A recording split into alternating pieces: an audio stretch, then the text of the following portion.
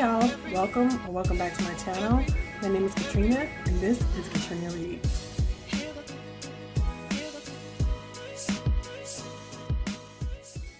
I am going to read the lowest reviews, a couple of low reviews of my favorite series.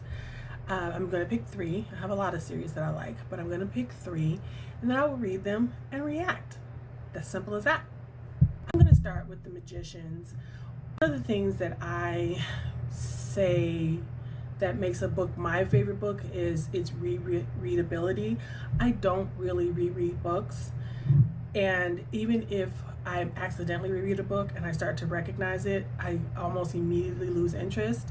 So Magicians definitely is up there because I've reread the entire series 4 or 5 times. And I didn't even do that with Twilight at the height of my obsession with that. I read that series probably 3 times over, and that wasn't even including the last book. I didn't like the last book in that series. So, and yes, I was a Twilight mom.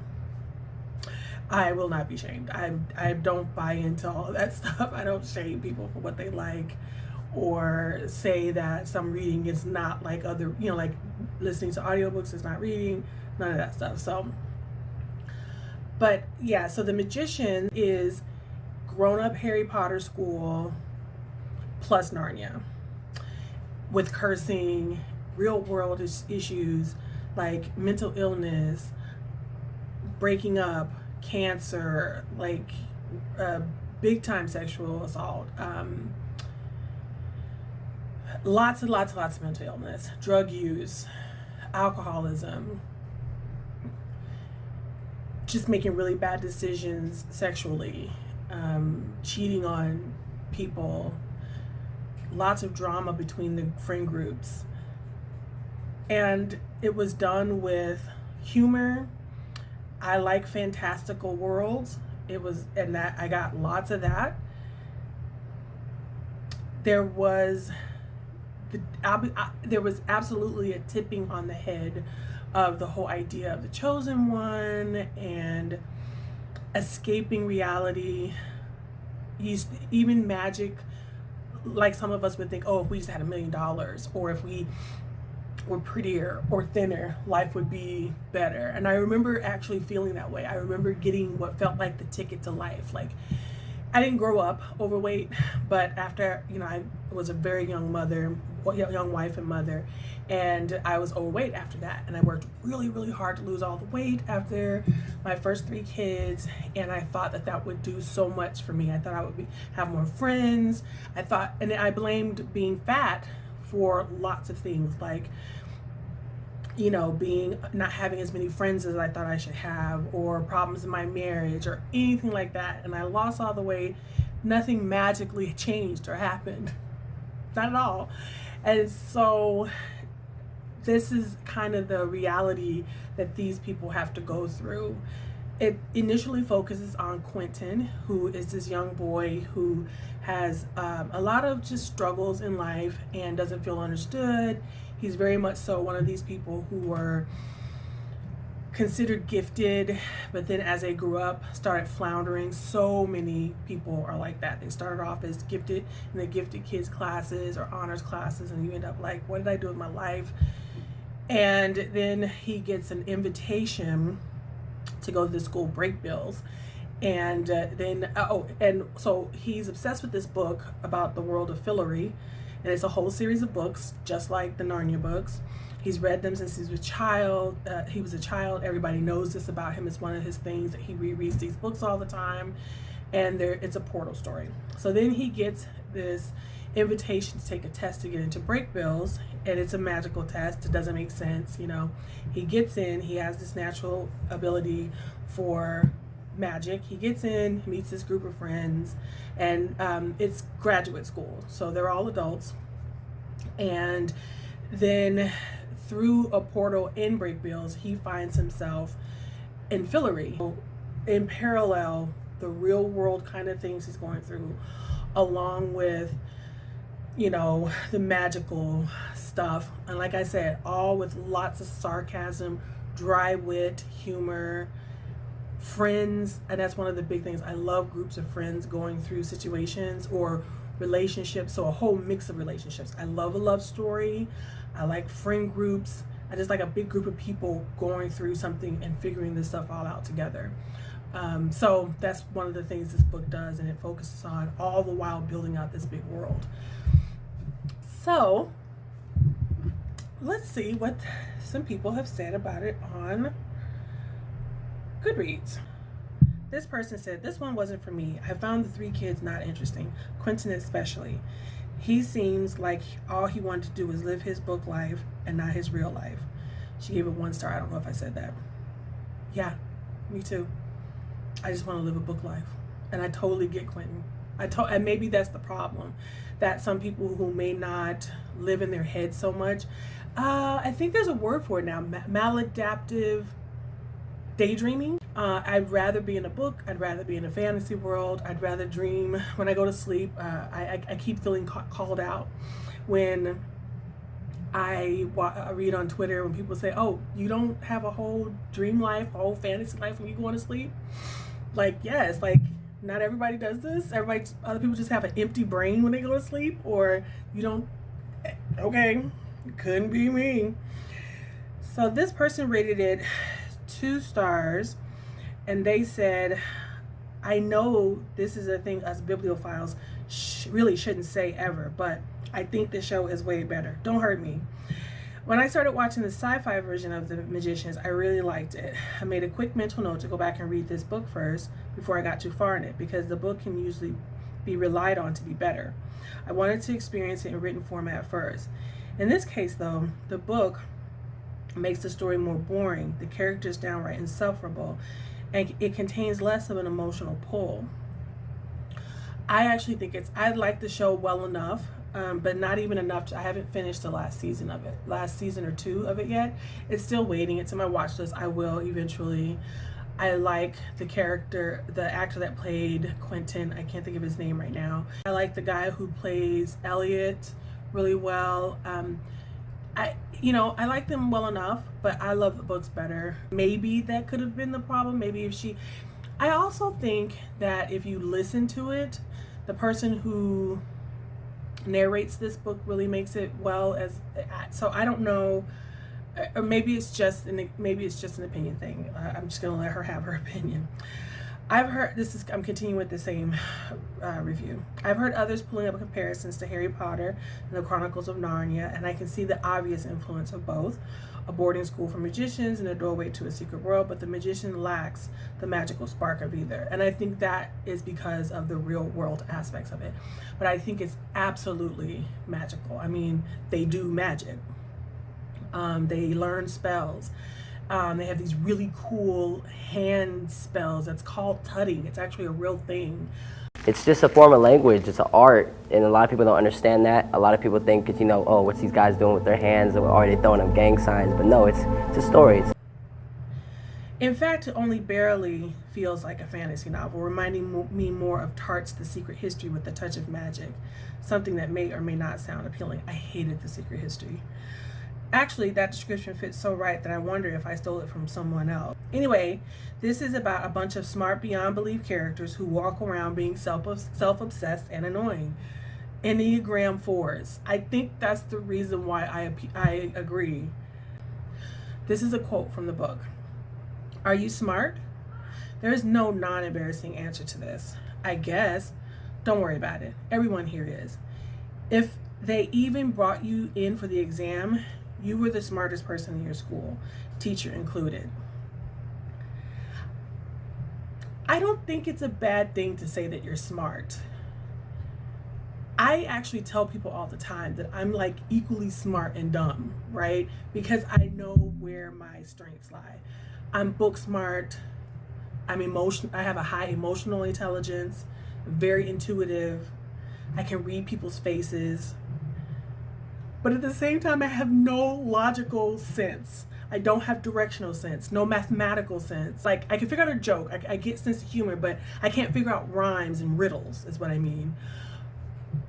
I can't draw, like to have distance and spatial reasoning. I have none of that. And I always tell my husband too that right down the dumb side and the smart side is memes. It's like, because I actually think in memes. And I'm a 44-year-old woman. So anyway, I don't think it's wrong to say that you're smart if you're just being honest about yourself, because smartness doesn't mean anything, just like being rich doesn't mean anything. Like, being rich just means you have more money than people, you have more privilege, and if you understand that and do well by that, you don't have to walk around pretending as if you're not rich and do good things with your money. Like, me being book smart or being emotionally intelligent doesn't take away from the fact that I get lost every time I get in the car. It doesn't take away from the fact that I still have to look stuff up when it comes to helping my daughter, my 5th grader, with her math homework. That's just the way things are with me. She goes on to say, I feel like it's about pretentious people being pretentious. Don't get me wrong, I like smart characters. I like unlikable characters even. Characters who do stupid things for stupid reasons can quickly irk me, as can self-sacrificing heroes who fail to show that people are complex, difficult, and selfish at times. But I enjoy it when characters actually show me intellectual acuity and emotional maturity. I'm not so convinced when page 1 introduces us to a character who pretty much is the best at everything, have crazy GPAs, wealthy families, and secure futures, and still manage to feel so damn sorry for themselves. Let's all quote Milton and celebrate the misery of our perfect lives. In the TV show, the characters are not so annoying, their intellect is quirky and charming, and their dissatisfaction with life more convincing. And maybe it's because it's the nature of a TV show. It was nice to actually be shown something rather than simply told it. Truth be told, it's boring. I'm not sure how it's possible to make a story that borrows so heavily from 2 of the most exciting series out there into something this tedious. But here you are, an emotionally detached, third-person narrative that instructs us in the story and characters instead of weaving a compelling tale. I'll stick to the TV show. Ouch. 2 stars. This book has been hard pedaled as an adult Harry Potter. And it is, but with a soulless little git like Draco Malfoy as the main protagonist.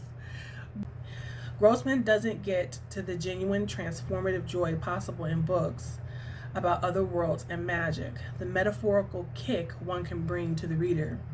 This is a cold and sterile book for people who think themselves too sophisticated for genre fiction, a subsection of the reading public that I suspect includes the author.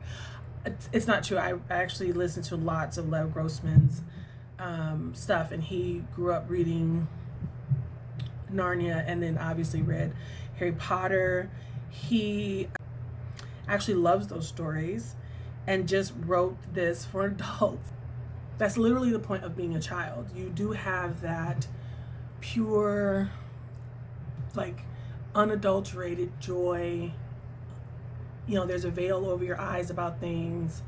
And then as an adult, you grow up and you start to see things more clearly, or you're not an adult. And if you want that pure, unadulterated nostalgia and joy, you go back and you read the childish books. But if you want to grow up and have a little bit more in it, you read The Magicians. And then, like, I remember before Twilight, I didn't read genre fiction like this. I read women's fiction and literary fiction. I read Oprah's book club picks and, you know, stuff like that. I was a big reader, but I just didn't really even know that this stuff existed. And I remember seeing on MySpace, MySpace, I started seeing lots of fandom art and things like that about Edward and Bella and Jacob and Team this and Team that. And I was like, what is this? So that's how I found Twilight. I probably, maybe the 2nd book had already been published at that point. I think it was already in paperback. So I think I got the first 2 books in paperback and then started waiting in line at midnight for the rest of the books. After I was done obsessing over those, and then I was like, okay, I want more spicy love. I'm done with the more G-rated love that was in these books. And then I found a bunch of other vampire stuff, like the True Blood actual books from Charlene Harris and Mary Jane Davison. They were really funny, short, paranormal romance. They were really hot, though, romance stories about a girl and a vampire. And so I moved on to heavier stuff like that. And that was, and then I started branching out even from there. It wasn't just about romance. I started finding urban fantasy and, other paranormal, like, mystery stories. And it's just everything became every kind of genre, just paranormal for me for a long time. And now I've circled back around to being able to read like everything now.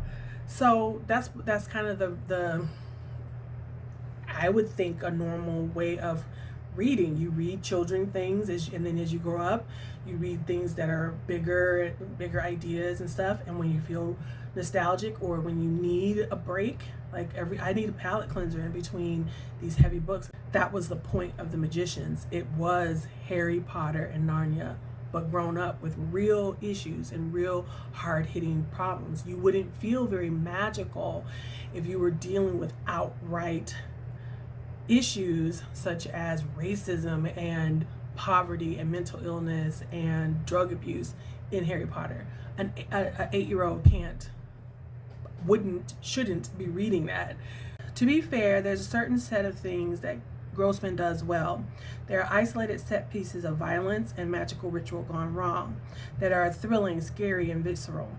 He also is very clever at conveying a huge rush of empowerment a disenfranchised teen would feel when uncovering, then honing magical powers. The old riff of a nobody becoming somebody is done well here, even though it's crouched in dry, clinical, and mechanical terms that undermine its effectiveness. I would say dry wit, cynical adult stuff that someone who's gone through a lot, through those kind of eyes, through the eyes of someone who's gone through a lot, and broken down a little bit more scientifically, a little bit more, like I said, it's more mechanical because there's a reason behind, there's an engine behind the magic, there's actual, it's not a soft magic, it's a medium soft magic world, I think, if I'm remembering correctly. The last time I reread through was a couple years ago. What's the difference between soft magic and hard magic? And I don't think I've ever read a book with a hard magic system. I think everything I've read had soft magic systems. So Harry Potter is a soft magic system, where it's kind of nebulous and things just kind of happen, and sometimes they happen differently than other times, or sometimes a magic just fulfills a plot hole or something like that. Same thing with Narnia. C.S. Lewis was worried about getting his ideas across as an apologist. George R.R. Martin, his magic is most definitely soft magic. We don't know, there's not a mechanical laid out reason why Melisandre can do what she can do versus the dragons. Like what's powering all of these different competing gods and magics? They all have their own, like, they're actual gods, so because they actually do things. It's a soft magic system. It just happens because it happened. Let's move on and deal with the overriding themes of the story.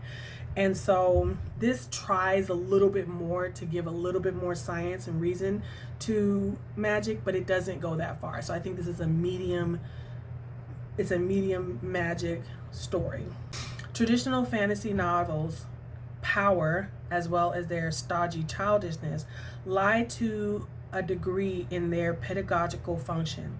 They are to an extent primers for young people on how to behave, how to become a more effective human being, how to be brave in the face of adversity, and learn to be selfish on occasion, even though one's adolescent genes are screaming for pure, selfish, solipsistic, and I am center of the universe expression. So there is a journey up Mount Doom by sad, wounded Frodo and stout, brave Sam, and Harry Potter puts his nuts on line over and over against the noseless wonder Voldemort, secure in the knowledge that Ron and Hermione always have his back. They are, in the course of their journeys, becoming braver and stronger and less rooted in their myopic view of things. In Grossman's novel, the protagonist starts out as a selfish turd, segues into a more selfish turdism, and then does a sideways double flip back into being, you guessed it, a selfish turd. This is refreshing to an extent how real life it is. People seldom change unless confronted by trauma or some extreme events. But in Grossman's hand, it is just one more nail in the coffin, taking an extremely worthwhile premise, adult Harry Potter, twisted Narnia, and magically transfers it through bad craft into utter shit.